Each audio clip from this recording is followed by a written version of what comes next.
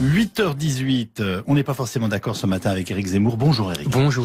Alors malgré une large victoire, le Premier ministre hongrois Viktor Orban n'a pas réussi à mobiliser assez d'électeurs pour que son référendum anti-migrant soit validé. Et oui, c'est un drôle de dictateur que Viktor Orban.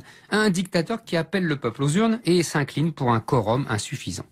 Un dictateur bien légaliste, mais qui ne change rien. La Hongrie est coupée en deux. Après la Grande-Bretagne, l'Autriche, même la Suisse, toute l'Europe se divise autour de cette question migratoire. Les référendums se suivent et se ressemblent. Les mêmes arguments, les mêmes coalitions sociologiques et politiques, les mêmes insultes aussi.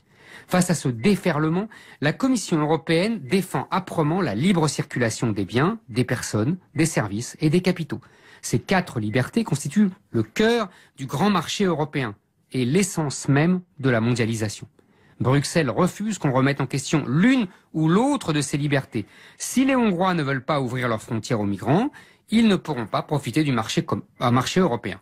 Il y a quelques semaines, un ministre luxembourgeois réclamait d'ailleurs l'expulsion de la Hongrie de l'Union. Alors Éric, les Hongrois n'ont pas été les seuls à voter sur l'immigration. Et non, c'est également le nœud gordien de la négociation qui s'ouvre avec l'Angleterre après le Brexit.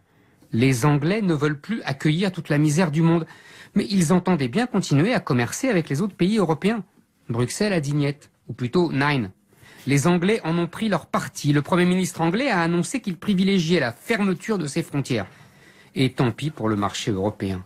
Theresa May a donc choisi d'écouter son peuple et non ses élites financières.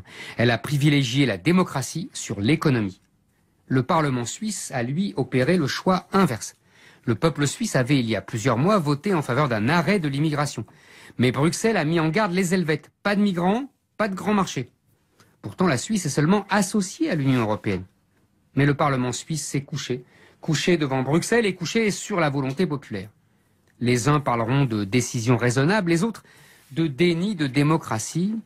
Ils ont tous raison.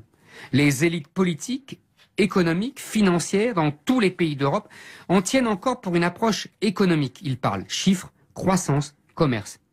Les peuples pressentent qu'il y a plus vital encore. Le destin de leur nation en tant que nation. La défense de leur mode de vie, de leur histoire, de leur identité. Les classes populaires se sentent dépossédées de leur destin national par une immigration trop importante et trop hétérogène pour se fondre au sein des pays comme jadis, lorsque les mouvements de population ne concernaient que des Européens. Les élites occidentales et les classes moyennes supérieures, alliées aux diasporas étrangères qui ont fait souche, continuent de penser que toute immigration crée en soi de la richesse et que leurs pays respectifs doivent se transformer en autant de pays-mondes. Les uns veulent gagner plus d'argent au nom de leurs grands principes, les autres veulent au moins sauver leur âme puisqu'ils sont déjà les grands perdants de la mondialisation. En France aussi, on aimerait bien voter sur le sujet de l'immigration, mais nos élites de droite comme de gauche ont décidé qu'on n'aurait pas notre mot à dire. On doit être trop bête. Éric Zemmour, demain nous avons rendez-vous avec Nicolas Domenac pour On n'est pas forcément d'accord.